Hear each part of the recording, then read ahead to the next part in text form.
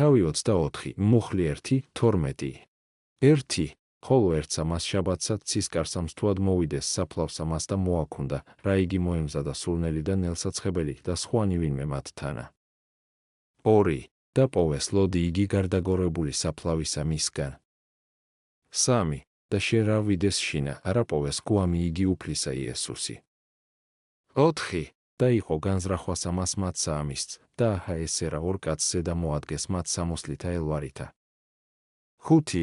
და ვითარ შეშინებულიყვნეს იგინი და დაედრიკნეს პირნი მათნი ქვეყანად ხრქვეს მათ, რასა ეძიებ ცხოველსა მას მკვდართა თანა. 6. არა არსაკა, არამედ აღდგა. მოისენეთ, ვითარ იგი გეტყოდა თქვენ, ვიდრე იყოღა იგი გალილეას 7. და თქვა ვითარმეთ, ჯერ არსცისა კაცისა მიცემად ელთა კაცთა ცოდვილთასა და ჯვარცუმად და მესამესა დღესა აღდგომად. 8. და მოესენეს სიტყვანი მისნი. 9. და მიიქცეს საფლავით და უთხრეს ესე ყოველი 11-თა მათ და სხვათა ყოველთა. 10. ხოლო იყვნენ მაგდალენელი მარიამ და იოანა და მარიამ იაკობისი და სხვანი მათთანა, რომელნი უთხრობდეს მოციქულთა ამას. 11. და უჩნდეს სიტყვანი მათნი, ვითარცა სიჩქურისანი, მათ წინაშე და არ ახრწმენა მათი. 12. ხოლო პეტრე აღდგა და მირბიოდა საფლავად და შთახედნა საფლავსა მას და იხილნა ტილონი იგი ხოლო მდებარენი და წარვიდათ საგან და დაუკრდა საქმე ესე. 7-ეულის პირველსავე დღეს ქალები მივიდნენ საფლავთან მიჰქონდათ რათა ნელსაცხებელი, მივიდნენ ისინი დილა უთენია, რასაც მათ ემახარებელი 28 1 შაბათის მწუხრს ეძახის. ვინაიდან ადრეული დილა თითქმის იგივეა, რაც გვიანი ღამე. მათ ლოდი სამარხიდან გადაგორებული დახვდათ, ვინაიდან ანგელოზმა გადააგორა იგი, როგორც მათი ამბობს 28 2. როდესაც შიგნით შევიდნენ, მათ ორი კაცი ეჩვენათ. ერთი მათეს მიერ ნახსენები 28 2 ქვაზე იჯდა, ხოლო ეს ორი კაცი საფლავის შიგნით ეჩვენათ. ეს განსხვავებული ჩვენებებია. კაცები ბრწყინვალე სამოსლით ევლინებიან, აღდგომის ბრწყინვალების და გამო და ახსნებენ ქალებს მას, თუ რას ეუბნებოდა მათ უფალი, კერძოდ, რომ ჯერ არს ანუ აუცილებელია მისთვის მიცემათ ხელთა კაცთა ცოდვილთასა, ანუ რომაელთა, წარმართთა და ბილწთა და მესამესა დღესა აღდგომად.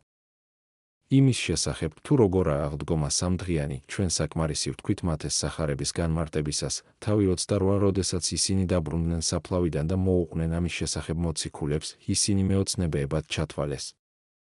ასე, თავისი ბუნებით შეუძლებლად ეჩვენებათ ადამიანებს აღდგომის სასწაული. თუმცა პეტრე არ აყოვნებს, როგორც ცეცხლი, რომელიც ნივთს მოსდებია, არამედ საფლავისკენ გარბის და ხედავს მხოლოდ ტილოებს იქ მდებარეს, და იქიდან რომ მან მიაღწია საფლავს, პირველი სარგებელი ისაა, რომ ნაცვლად დაცინვისა უკვირს, და წარვიდაო, ნათქვამია, თვისაგან და დაუკვირდა საქმე ესე. ვინაიდან როგორ დარჩა მხოლოდ ცხებული. განა რამდენი თავისუფალი დრო ჰქონდა ქურდს, რომ მან დატოვა ისინი შეკვეცილი ნებისამებრ, გამოიტანა სხეული, მაშინ, როდესაც მეომრები ყვნენ დაყენებულნი.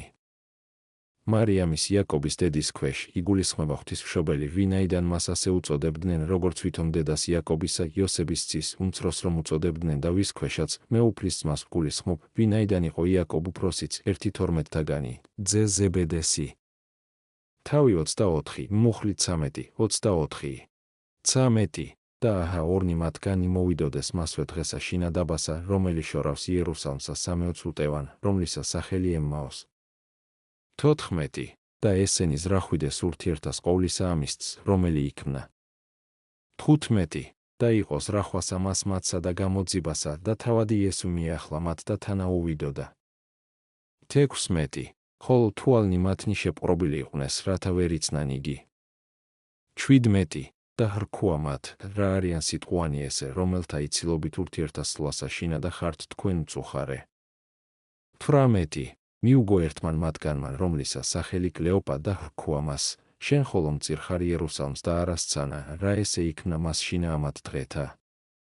19. და მან ხრქუა მათ, რომელი ხოლო მათ ხრქვეს, იესოსთვის ნაზარეველისა, რომელი იყო კაცი წინაწარმეტყველი, ძლიერი საქმითა და სითთა, მისითა წინაშე ღმრთისა და ყოვლისა ერისა, 20. ვითარ იგი მისცეს მღვდელთ მოძღვართა და მთავართა ჩვენთა სასჯელსა სიკვდილისასა და ჯვარს აცვეს იგი. 21. ხოლო ჩვენ ვესავთ, ვითარმედ იგი არს, რომელმან ისნეს ისრაელი, და ამას ყოველსა თანა ესე მესამე დღე არს, ვინათგან ესე იქმნა. 22. არამედ დედათაცა ვიეთმე ჩვენთაგანთა დამაკვნეს ჩვენ, ვითარ იგი მივიდეს ცისკარსა საფლავსა მას 23. და არა პოვეს გვამი მისი. მოვიდეს და თქვეს ვითარმედ ხილვაცა ანგელოსთა იხილეს, რომელთა ჰქვეს მათ ვითარმედ, ცხოველ არს იგი. 24. და მივინმე ვიდეს ჩვენგანიცა საფლავად და პოვეს ეგრე, ვითარცა დედათა მათ თქვეს, ხოლო იგი თავადი ვერ იხილეს. ზოგიერთნი ამბობენ, რომ ერთი ამ ორთაგან თავად ლუკა იყო, ამიტომაც დამალაო თავისი სახელი მახარებელმა. ისინი საუბრობდნენ ერთმანეთს შორის ყველა ამ მოვლენაზე, არა როგორც მორწმუნენი, არამედ როგორც საგონებელში ჩავარდნილნი და გაოცებულნი უჩვეულო შემთხვევით, ვინც ადვილად ვერ ეგუებიან ასეთ უჩვეულო მოვლენას. იესო მიუახლოვდა მათ და მათთან ერთად წავიდა, ვინაიდან რამდენადაც ჰქონდა სხეული სულიერი და ღმრთაებრივი, იგი მანძილის სიშორეში ვერ ხედავს დაბრკოლებას, რათა იყოს მათთან, ვისთანაც მოესურვება, ამიტომაც სხეულებრივი მონაცემები, რომლითაც მაშინ მოევლინა მაცხოვარი, არ აძლევდა საშუალებას მათ ეცნოთ იგი. ვინაიდან იგი მოევლინა მათ, როგორც მარკოზი ამბობს, 16, 12 სხვითა ხატითა და სხვაგვარი გარეგნობით. იგი სხეულს განაგებდა უკვე არა ბუნებრივი კანონებით, არამედ ზებუნებრივად და სულიერად. ამიტომაც თვალნი მათნი შეპყრობილი იყვნენ ისე, რომ ვერ ცნობდნენ მას. რისთვის მოევლინა ის სხვითა ხატითა და რატომ იყო თვალნი მათნი შეპყრობილი? იმისათვის, რომ მათ გამოევლინათ მთელი თავისი შეცბუნება, აღმოეჩინათ ჭრილობა და უკვე შემდგომ მიეღოთ წამალი, რათა ხანგრძლივი დროის შემდეგ უფრო სასიამოვნო სახით მოვლენოდა მათ, რათა ესწავლებინა მათთვის მოსესა და წინასწარმეტყველთაგან და უკვე ამის შემდგომ ეცნოთ და დაეჯერებინათ, რომ მისი სხეული აღარაა ისეთი, რათა საერთოდ ყველას მიერ იქნეს დანახული და რომ მართალია იგივე სხეული აღდგა, რომელიც ევნო, მაგრამ ხილული მხოლოდ მათთვის ხდება, ვისაც მოწყალე თვალით უყურებს, რათა მათ აქედან ის დიდი სარგებელიც. პოვონ, რომ აღარ იმერყეონ საგონებელში ჩავარდნილებმა, მაგალითად იმასთან დაკავშირებით, თუ რის გამო არ ტრიალებს იგი კვლავ ხალხში, არამედ იფიქრონ იმაზე, რომ მისი ცხოვრების წესი აღდგომის შემდეგ დიდად განსხვავდება ჩვეულებრივისაგან, არა ადამიანური, არამედ უღვთაებრივესი ისე, რომ მომავალი აღდგომის ხატადაც გამოდგება, რომელშიც ჩვენ ვიცხოვრებთ, როგორც ანგელოზები და ღვთისმცემელი. ამრიგად, აი რატომ იყო მათი თვალები შეპყრობილი და მათ ვერ იცნეს იგი, ვინაიდან იგი ხილული ხდებოდა მათთვის, ვისთვისაც სურდა. უფალს მოვლენილს მწირის სახით, კლეოპა საყვედურობს და ეუბნება, შენ ხოლო მწირხარ იერუსალემს, ანუ მხოლოდ შენ ერთმა იერუსალიმის მკვიდრთაგან არ იცის მომხდარის შესახებ.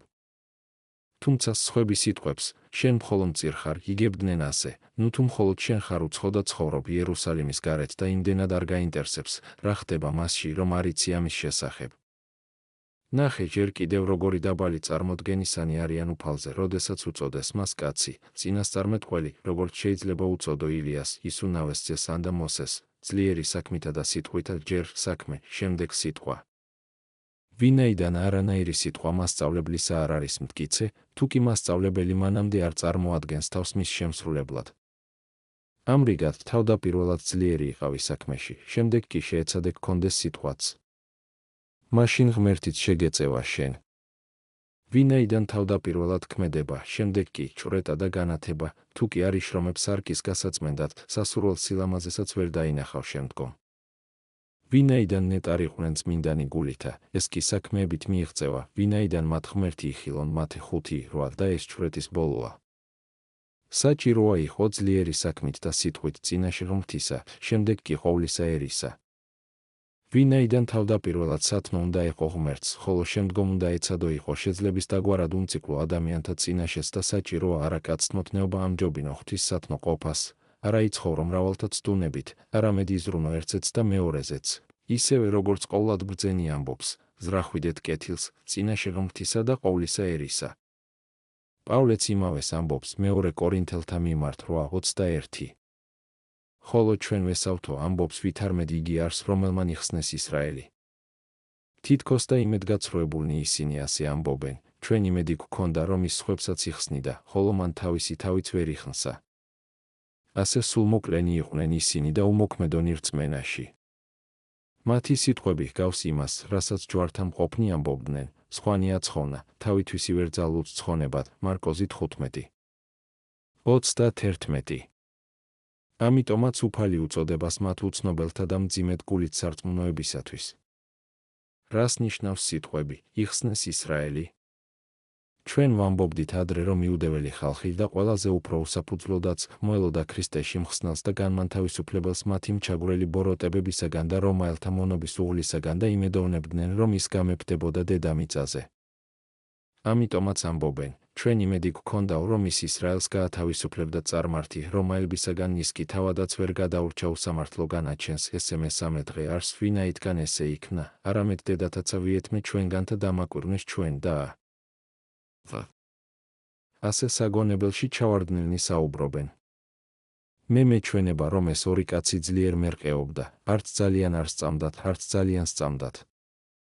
ვინაიდან სიტყვები, ხოლო ჩვენ ვესავთ ვითარმედ იგი არს, რომელმან იხსნეს ისრაელი, აშკარავებს ურწმუნოებას, ხოლო სიტყვები, ესე მესამე დღე არს ვინაითგან ესე იქნა, გვიჩვენებს, რომ ადამიანები უკვე ახლოს არიან იმასთან, რომ გაიხსენონ უფლის სიტყვები, მესამესა დღესა აღსდგ და სიტყვები, დამაკვირვნეს ჩვენ, აშკარავებენ რაღაც მსგავსვე, ანუ მერყეობას მათი ურწმუნოებისა. თუ კი ერთად განვიხილავთ, ეს სიტყვები ჭეშმარიტად დამახასიათებელია ხალხისათვის, რომლებიც ძლიერ ეჭვობენ, რამდენადაც ეს ადამიანები აღდგომის უჩვეულობის და გამოგაურკვეველ მდგომარეობაში ჩავარდნენ და რთულ ვითარებაში. და მოვინმე ვიდოდესო, ამბობენ, ჩვენგან იცა საფლავად, ანუ ან მხოლოდ პეტრე, ან პეტრე და იოანე და აქედან ჩანს, რომ რის შესახებაც ერთნი ვრცლად საუბრობენ, მეორენი მას მოკლედ და გარკვევით მოიხსენიებენ. რამდენადაც იოანე უფრო ვრცლად საუბრობს პეტრესა და იოანეს საფლავთან ყოფნის შესახებ. ამან კი ლუკამ ახსენებს რა მცირეოდენს, მათი სახელები გამოტოვა. თავი 24, მუხლი 25, 35.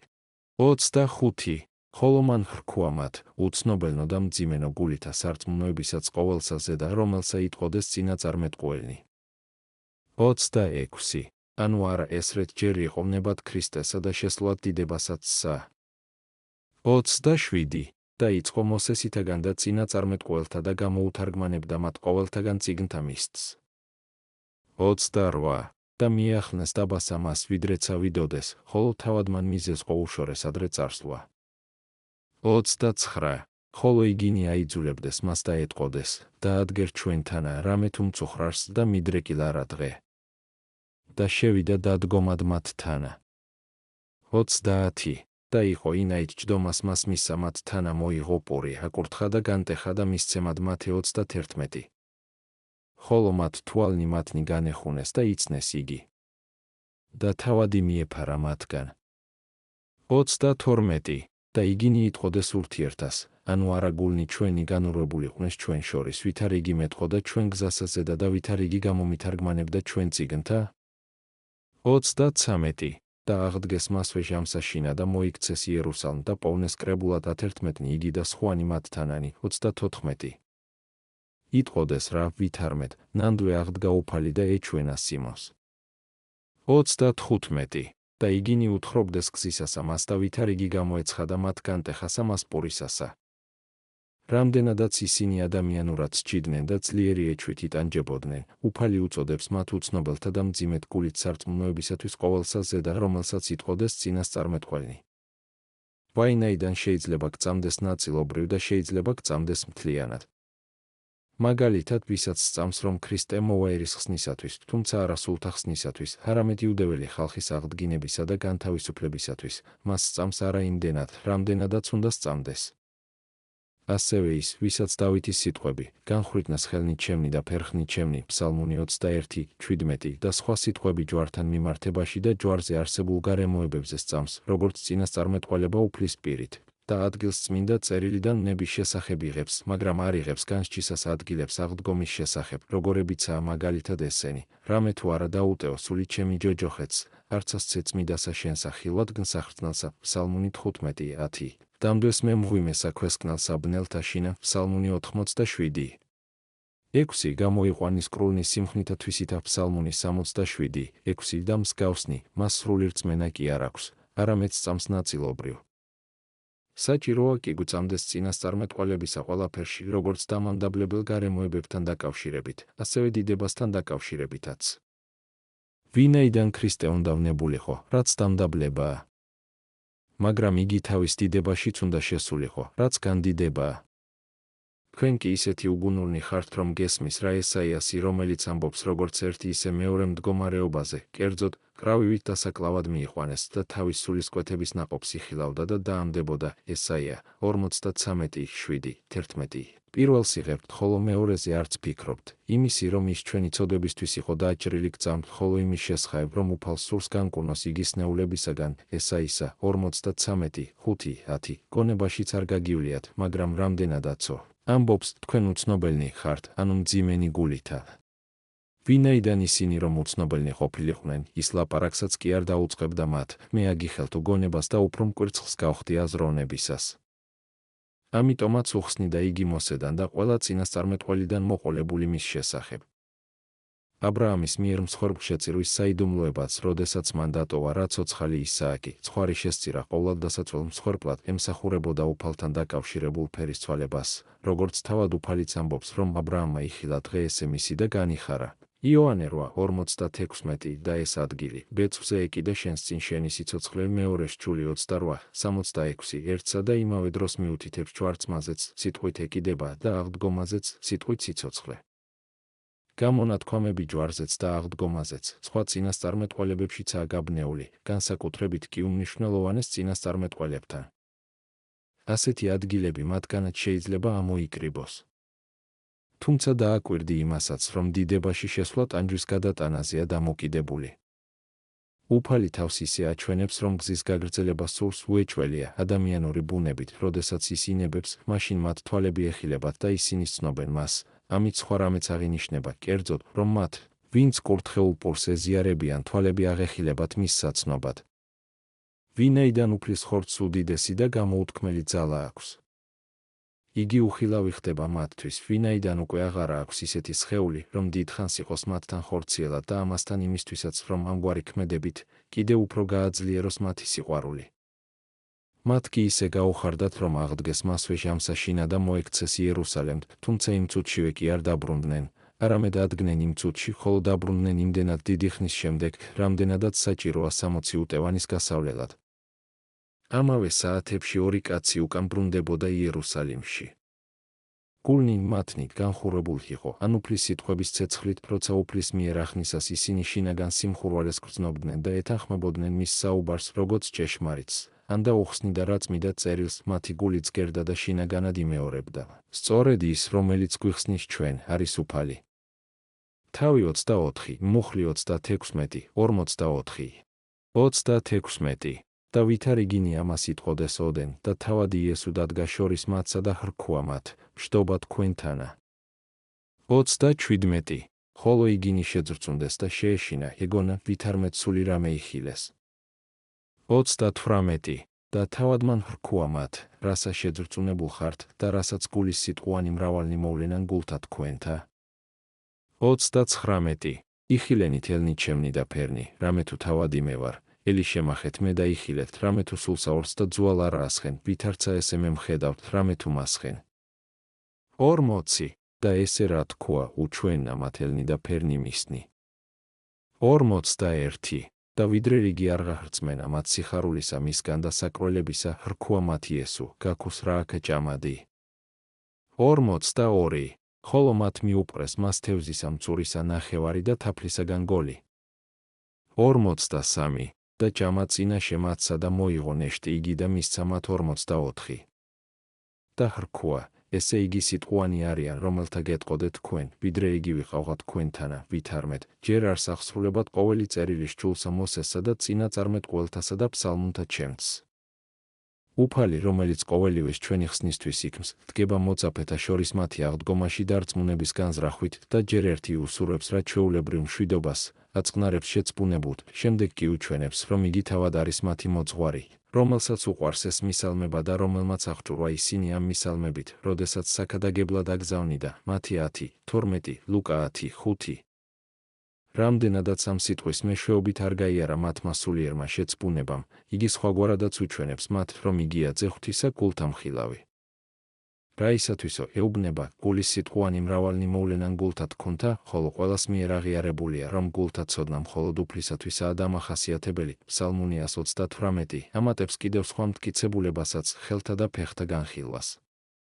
თქვენო, ეუბნება, თვლით სულადან და მოჩვენებად, როგორებიც ჩვეულებრივ მრავალი წარმოსდგება ხოლმე გარდაცვლილთაგან, განსაკუთრებით კი საფლავებთან.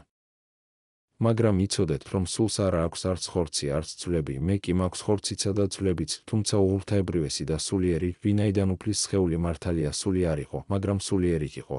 ანუ უცხო ყოველგვარი ნივთიერი სიუხეშისგან და იმართებოდა სული წმიდით, სხეული, რომელიც ჩვენ ახლა გვაქვს, შვინვიერი თვისებებითაა და ძალებით. ხოლო სხეულს, რომელიც აღდგომის შემდეგ გვექნება, პავლე სულიერს უწოდებს, კორინთელთა მიმართ 15:44, ანუ იგი განცხოველდება და იმართება სული წმინდით და არა სამშვინველით.